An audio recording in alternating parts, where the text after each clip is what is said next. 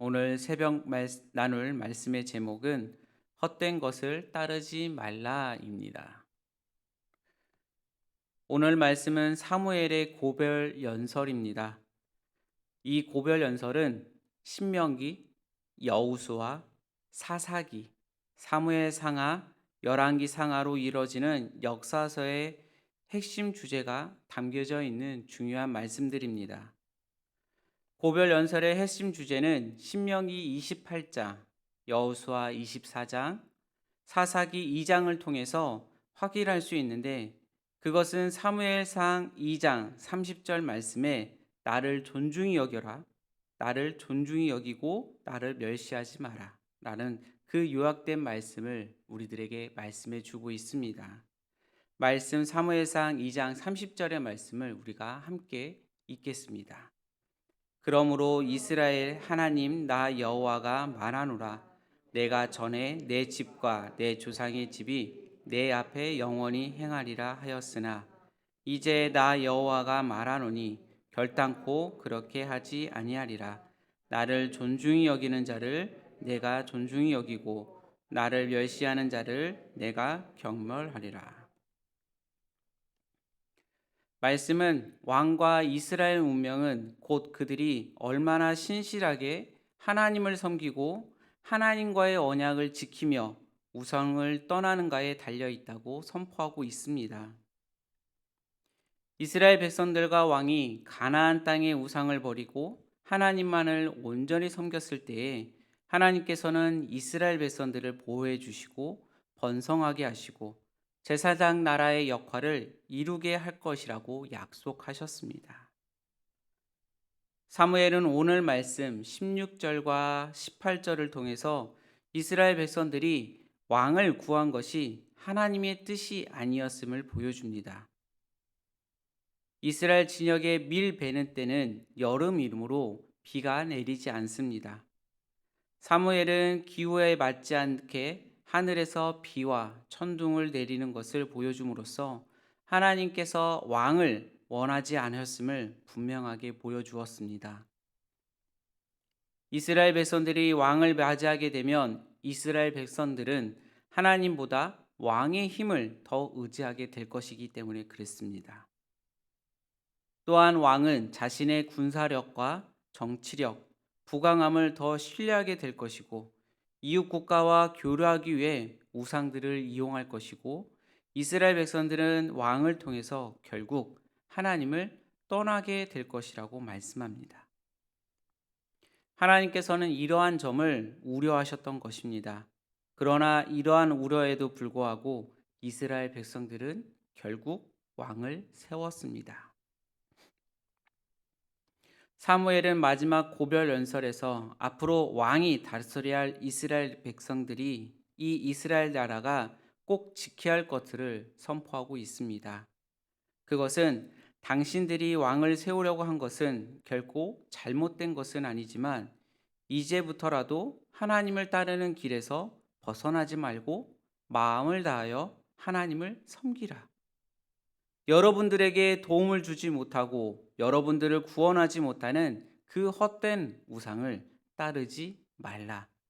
이제껏 말씀을 가르친 대로, 말씀을 배운 대로 이스라엘 백성들이 지켜야 할 것들을 가장 중요한 것을 가르쳤습니다.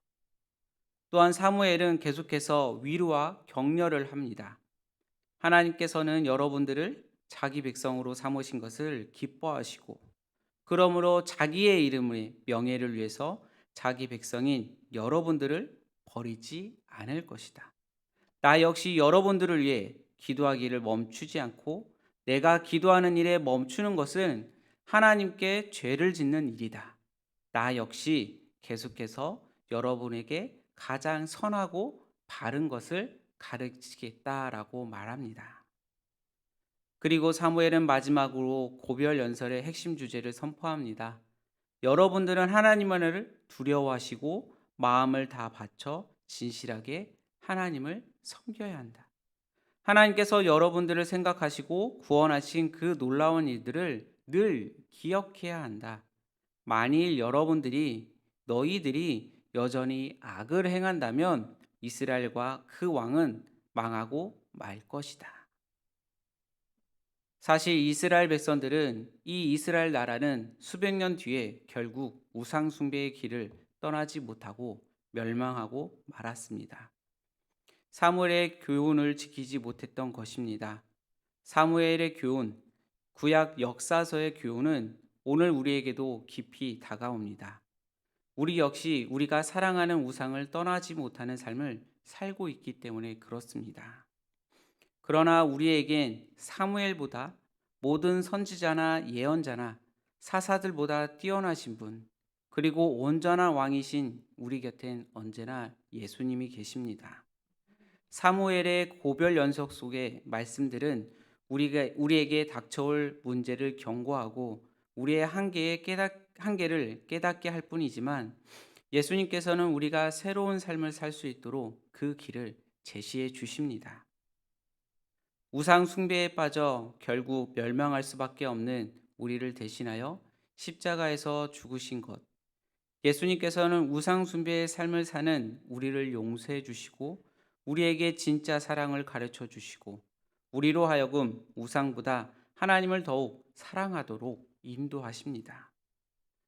율법은 우리에게 우상을 버리고 하나님을 따르라 가르치십니다. 복음은 그 길을 갈 수 있도록 우리를 은혜로 인도합니다. 오늘 말씀처럼 우리는 하나님을 더욱 사랑하고 우리 안에 있는 우상을 버려야 합니다. 순종의 삶을 살아야 합니다. 그러나 그 모든 것은 우리의 노력으로 가능한 것이 아니라 은혜로 가능합니다. 우리는 이미 십자가에서 보여주신 그 은혜를 바라고 그 은혜를 더욱 깊이 깨닫고 그 은혜에 반응하는 믿음의 삶을 살아야 할 것입니다. 이 놀라운 은혜를 깨닫는 우리 모두가 되길 소망합니다. 말씀을 정리하겠습니다. 오늘 말씀을 통해 우리에게 두 가지로 말씀하고 계십니다.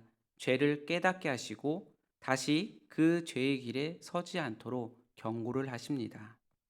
이스라엘 백성들은 왕을 구할 때 자기들의 죄가 무엇인지 알지 못했습니다. 그저 왕을 세워서 환호하고 기뻐했을 따름입니다. 이들이 죄를 깨닫지 못하자 하나님은 사무엘을 통해서 그들의 죄를 지적하십니다. 그리고 사무엘의 지적이 옳다는 것을 비가 오지 않는 그 여름, 그 건기 중에 우레와 비를 내려서 증명하셨습니다. 이스라엘 백성들은 사무엘의 지적을 듣고 곧장 회개를 하였습니다. 죄인 줄 알고 범죄하기도 하였지만 이스라엘 백성들처럼 죄를 지으면서도 그것을 죄인 줄 깨닫지 못할 때가 있습니다. 그럴 때 하나님은 말씀을 통해 죄를 깨닫게 하십니다. 죄를 알고 깨닫는 것은 두렵습니다. 그러나 죄를 깨달아야 회개할 수 있고 회개를 해야 하나님과의 관계가 회복이 됩니다. 말씀을 통해 죄를 깨닫게 된다면 신속히 하나님께 회개하시기 바랍니다. 죄가 더욱 깊어져 하나님과의 관계가 소원해지기 전에 서둘러야 됩니다. 이스라엘 백성들이 말씀을 통해 죄를 깨닫고 즉시 회개를 합니다. 그러자 사무엘은 앞으로 하나님을 배반하지 말고 그분에게 순종하라고 가르칩니다. 하나님을 진실하게 섬기지 않으면 왕과 모두 함께 멸망할 것이라고 경고합니다.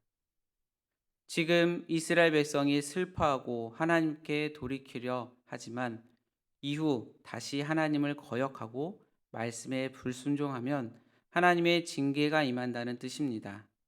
이 경고는 참된 회개를 말씀하신 것과 같습니다. 참된 회개란 자기의 죄를 깨닫는 것뿐만 아니라 죄에서 돌이키는 것입니다. 다시는 죄의 길에 서지 말고 하나님의 경고를 잘 듣기 바랍니다. 죄를 깨달았다면 그 자리에서 계속 머물지 말고 과감하게 그 자리를 박차고 떠나시길 바랍니다. 참된 회개를 하는 백성에게 놀라운 은혜가 주신다는 것도 기억하시기 바랍니다. 사무엘을 통해 하나님의 말씀은 분명합니다. 죄를 깨닫게 하시고 더 이상 죄의 길에 서지 않기를 경고하십니다. 이것을 단지 무섭게만 여기지 말고 하나님의 경고에 응답할 때 주어질 그 놀라운 은혜를 주목하고 기억하시길 바랍니다. 오늘 이 말씀을 통하여서 우리에게도 이러한 은혜가 함께하길 원합니다. 나도 모르는 그 길에 서져 있을 때, 나도 모르는 방향으로 그 길을 바라보고 걸어가고 있을 때, 오늘 이 말씀을 통하여서 옳은 길로 그리고 바른 길로 내딛는 여러분들이 되시기 바랍니다. 기도하겠습니다. 사랑의 하나님, 오늘 말씀을 통해 하나님 앞에 서서 신앙인으로서 기본적인 자세를 잊지 않는 사람이 되게 하여 주시옵소서. 하나님의 다스림을 늘 인정하고 기도를 통해 하나님의 절제를 받으며 하나님 앞에 항상 진실함으로 하나님께서 쓰시는 귀한 일꾼으로 성도가 그리고 나의 가정이 되게 하여 주시옵소서. 오늘 하루도 주님께 맡깁니다. 함께하여 주시옵소서. 예수님의 이름으로 기도드립니다. 아멘.